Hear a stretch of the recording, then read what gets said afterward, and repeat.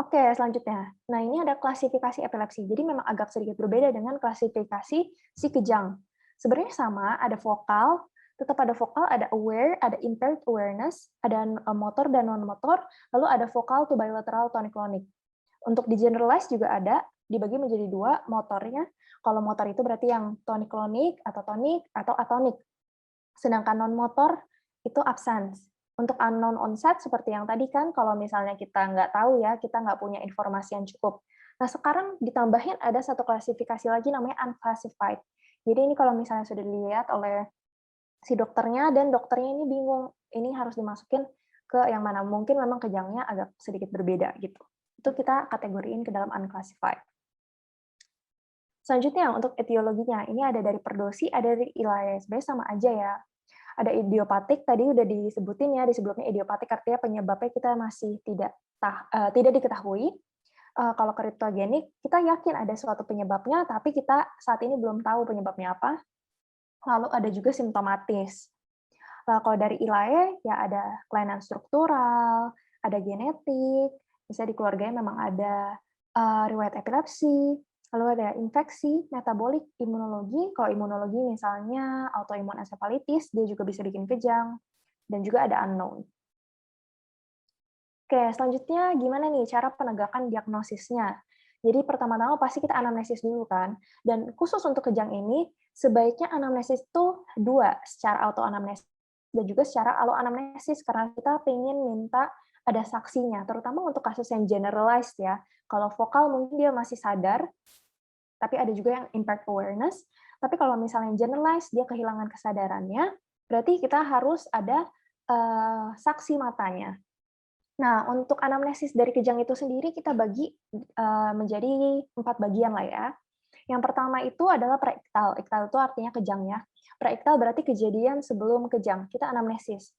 Ada kondisi fisik apa dan kondisi psikis apa yang berubah pada saat sebelum kejang. Misalnya, pasien itu ada perubahan sikap, atau pasien itu memang lagi emosional nih, lagi berantem, atau habis dimarahin, atau memang lagi nggak lulus. Jadi dia ada sesuatu hal yang mempengaruhi kondisi psikis dia, atau pasiennya mengaku lagi kecapean atau kurang tidur. Itu semua bisa masuk kita tangkap, kita catat di anamnesis.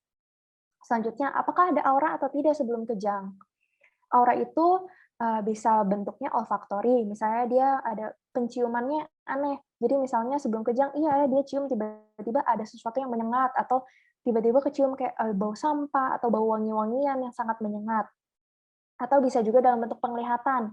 Penglihatan misalnya bentuknya skotoma, jadi di matanya kayak dia ngeliatnya ada blur atau gimana gitu. Jadi kita perlu tanyain ada auranya atau tidak. Selanjutnya ada pencetusnya atau enggak. Kayak tadi, apakah pasiennya ternyata belum makan, atau pasiennya sedang kelelahan, dan lain-lain. Atau pasiennya memang sedang demam tinggi, atau bagaimana. Selanjutnya kita masuk ke anamnesis bagian iktal, atau pada saat kejang. Nah, ini lumayan banyak nih. Pertama kita tanyain, pada saat kejang itu, pasiennya sadar atau tidak? Lalu pola bangkitannya seperti apa? Tadi kan kita udah pelajarin, ada yang vokal, ada yang generalized, atau unknown, gimana nih pola bangkitannya? Dan apakah sebelumnya sudah pernah mengalami, keluhan yang sama? Kalau misalnya dulu sudah pernah, apakah dulu kejangnya seperti yang ini? Jadi misalnya kita tanya, sekarang dia kejangnya generalized nih, tonic-clonic. Terus dia bilang, "Oh 5 tahun yang lalu pernah kejang juga." Kita tanya, "5 tahun yang lalu kejangnya juga tonic-clonic atau cuman tangannya doang?" Misalnya. Terus dia bilang, "Oh tangan doang dulu." Mungkin ada perbedaan. Nah, selanjutnya kita tanya tadi vokal atau generalized, lalu apakah ada inkontinensia? Kenapa bisa inkontinensia sih? Karena kalau misalnya pada pasien tonik, itu kan artinya dia tonusnya meningkat ya, ada sesuatu, jadi muscle-nya semuanya kontraksi. Nah, jadi mungkin bisa mempengaruhi si bulinya, apalagi pada saat relaksasi atau pada saat diklonik, dia mungkin jadi incontinence. Lalu ada tergigit nggak lidahnya? Lalu mulutnya pada saat kejang itu apakah ada berbusa? Apakah ada pucat? Pucat ini maksudnya asfiksia ya, jadi misalnya pasien ini tonik. Nah, tonik itu kan tadi muscle contraction, jadi dia nggak inhale, exhale, jadi semuanya kontraksi ya, jadinya kurang aliran darahnya, dia nafasnya juga terganggu, jadinya asfiksia. Lalu apakah ada berkeringat, atau ada lirikan mata di sini maksudnya nistagmus, Lalu yang paling penting kita tanyain juga ke orang sekitar, ada videonya nggak? Supaya, lebih objektif ya, jadi si dokternya juga bisa melihat. Lalu aktivitas pada saat bangkitannya, pasien ini lagi ngapain? Apakah awalnya ini lagi tidur, atau lagi jalan tiba-tiba begini, atau lagi ngapain? Lalu juga yang penting durasi daripada si bangkitan itu, seizure-nya berapa lama.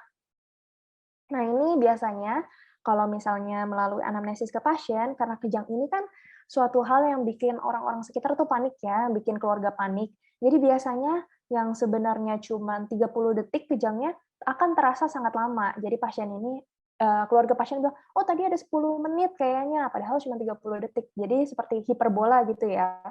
Karena memang ini kan kejadian yang traumatis. Nah, tapi kita, jangan langsung percaya, kita harus klarifikasi lagi, yakin nih 10 menit, kalau 10 menit berarti tadi status epileptikus loh, beda lagi. Lalu kita juga makanya itu penting kenapa adanya video, karena video kan ada durasinya, jadi kita bisa tahu nih pastinya kurang lebih berapa detik. Lalu frekuensinya, seberapa sering sih pasien ini kejang? Misalnya dalam sehari ini udah berapa kali, atau dalam seminggu terakhir, terakhir kali kapan, gitu. Selanjutnya kita masuk ke post-iktal. Di post-iktal ini kita tanyain anamnesisnya, pasien ini sadar atau enggak setelah kejang. Kalau misalnya tadi tonik-klonik dia kehilangan kesadaran, setelah kejangnya selesai, apakah pasien ini sadar atau tidak? Selanjutnya, pasien ini ada perasaan apa setelah bangun? Apakah dia kebingungan, dia lapar, atau jadi sangat mengantuk, atau malah jadi gelisah? Apa yang dirasakan? Atau ada yang disebut sebagai thoughts paralysis. Jadi pasien ini bilangnya, "Oh, kok kakinya nggak bisa digerakin?" gitu. Nah, itu jangan panik, kita jangan langsung bilang, "Wah, jangan-jangan pasien ini stroke." Nah, jangan kayak gitu dulu, karena ada yang namanya fenomena si thoughts paralysis ini. Jadi setelah kita kejang, kita misalnya jadi paralisis atau sulit menggerakkan anggota gerak tubuh, tapi lama-lama berangsur-angsur akan membaik setelah kejangnya udah selesai. Selanjutnya ada satu kategori lain, yaitu lain-lainnya ini, jadi kita tanya, apakah sudah pernah mengonsumsi obat-obatan anti epilepsi? Jangan berhenti di, apakah Anda mengonsumsi obat-obatan anti epilepsi, terutama nih kalau lagi OSCI ya, jangan cuma berhenti di obat-obatan anti epilepsi, titik. Tapi kita juga perlu tanyain, kalau memang iya dia minum, jenis obatnya apa, berapa jenis obat, sebutin obatnya satu-satu, karena pasien itu biasanya ada yang mengonsumsi 2 sampai 3 obat. Lalu dosisnya berapa, frekuensi minumnya seberapa sering, terus terakhir kali dosisnya diubah kapan misalnya. Jadi kita benar-benar harus detail. Ini berlaku nggak cuma untuk obat anti epilepsi doang ya, jadi kita bisa tanyain, atau ada riwayat penggunaan obat-obatan lain yang sedang dikonsumsi pasien ini. Jadi memang nggak cuma di anamnesis kejang doang, tapi di anamnesis seluruh penyakit kita harus mendetail mengenai si obatnya itu sendiri, sampai dosis, sampai berapa sering, kayak gitu ya, dan nama obatnya apa. Selanjutnya, apakah ada komorbid, penyakit penyertanya ada atau enggak pada pasien ini? Lalu riwayat dalam keluarganya ada atau enggak? Apakah di keluarganya ada yang pernah didiagnosa sebagai epilepsi juga? Lalu kalau misalnya pasien anak atau remaja, kita tanya pertumbuhan dan perkembangannya gimana dulunya? Apakah normal atau jangan-jangan dia ada kelainan kognital nih sebenarnya? Selanjutnya, ada riwayat stroke atau enggak? Lalu, apakah ada penyakit-penyakit sistemik? Jadi jangan lupa nih, karena kejang itu nggak cuma dari kelainan otak doang, tapi bisa juga dari sistemik, seperti gula darah tadi atau kelainan elektrolit. Jadi perlu ditanyain yang mengarah ke arah sistemik juga. Dan lagian kalau misalnya lagi OSCI itu mungkin juga ada poinnya ya, tanya tentang sistemik, jadi kita tidak langsung menuju ke satu diagnosis. Selanjutnya, untuk pemeriksaan fisiknya seperti biasa lah ya. Semua penyakit pasti dimulai dari A, B, C, D, E, lalu TTV, status generalis, dan juga status neurologisnya secara lengkap. Selanjutnya untuk pemeriksaan penunjangnya, kita bisa minta lab darah rutin, lalu kalau misalnya tersedia, kadar obat anti epilepsi dalam plasma, supaya tahu apakah ini sudah adekuat atau belum. Lalu ada juga pemeriksaan gold standardnya yaitu elektroensefalogram atau EEG, buat menentukan jenisnya, lalu lokusnya atau di mana nih topis terjadinya si kejang ini di mana, atau jenisnya, dan sindrom-sindrom epilepsi juga banyak yang bisa ditegakkan dari EEG. Lalu kalau misalnya kita curiga ke arah infeksi misalnya, mungkin kita bisa minta fungsi lumbal. Lalu kita juga bisa minta CT scan dan juga MRI. Selanjutnya, kuis. Bentar, stop sharing dulu ya. Oke, sekarang coba tulis di kolom komentar ya. Ini ada kuis jenis kejang.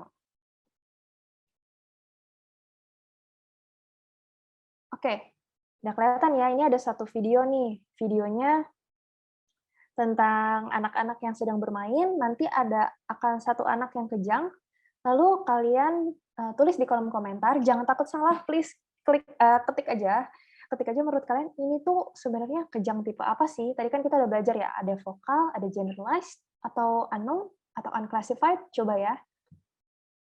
Oke, nih, kita perhatiin orang yang di sebelah sini. Nah, dia tiba-tiba jatuh nih. Tiba-tiba jatuh, lalu begini nih bentuk badannya nih. Nah, kira-kira ini jenis kejang apa ya namanya ya?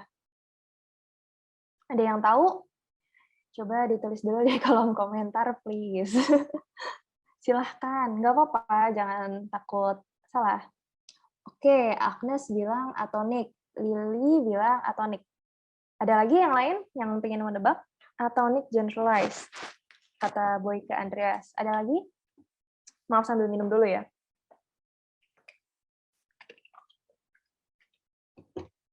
Syaimi bilang atonik. Oke, ada lagi. Ini atonik semua nih. Ada tim lain nggak? Kita ulang sekali lagi ya. Biar mungkin yang tadi ada yang belum lihat. Oke, orangnya di sini nih, di kiri. Nah, dia jatuh. Lihat. Secara mendetail, apa nih kira-kira? Oke, ada lagi yang pengen ganti jawaban? Atau ada yang punya pendapat lain?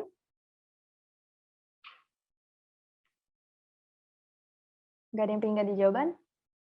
Oke, jadi ada 4 orang yang bilang atonik ya.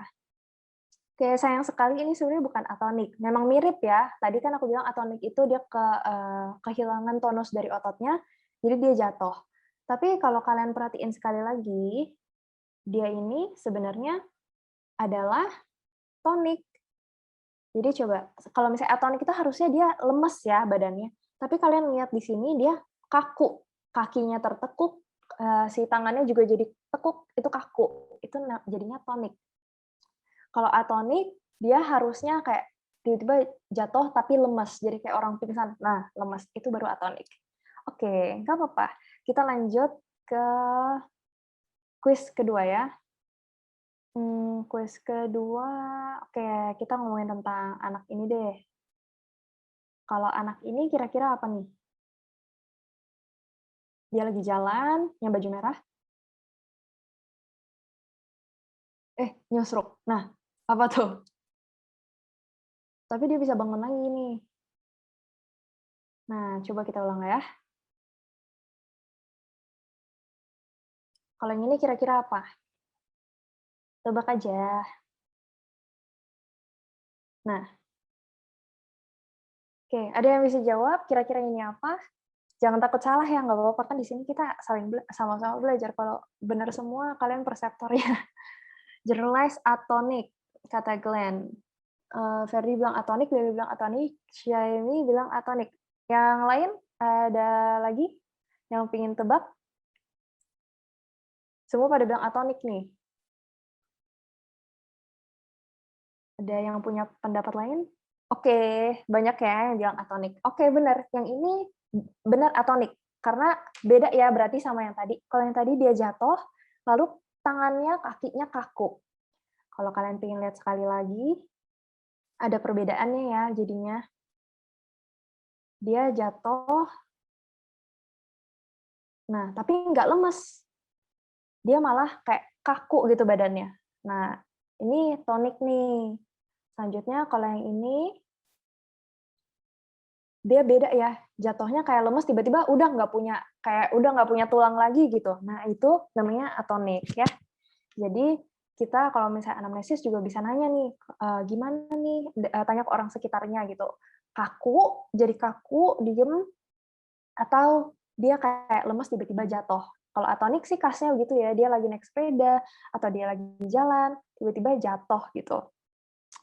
Selanjutnya ada satu lagi nih. Kalau ini apa nih? Yang ini nih. Nah, kalau yang ini apa kira-kira?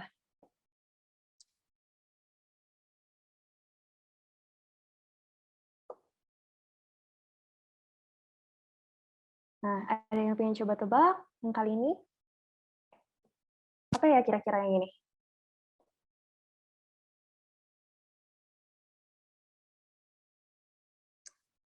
Ferdi bilang klonik. Selanjutnya ada lagi yang lain, vokal to generalize atonic. Vokal to generalize atonic. Terus ada lagi yang lain? Yang punya pendapat lain? Felicia bilang klonik. Kita kasih lihat sekali lagi ya. Dia tiba-tiba jatuh. Terus pada saat jatuhnya juga dia lemes ya. Jadi ini jawabannya atonik juga ya. Kalau klonik seharusnya kelihatan jelas dia kejang, bener-bener kejang heboh gitu. Vokal to generalize atonic. Aku nggak pernah denger ini, tapi yang aku pernah denger itu vokal to generalize tonic-clonic pernahnya. Jadi dari satu sisi dia tiba-tiba jadi seluruh tubuh. Jadi yang ini tadi bukan klonik ya, dia lemas. Jatuhnya jungsrup, terus udah atonik ya. Nah, ada satu lagi nih. Aku stop share.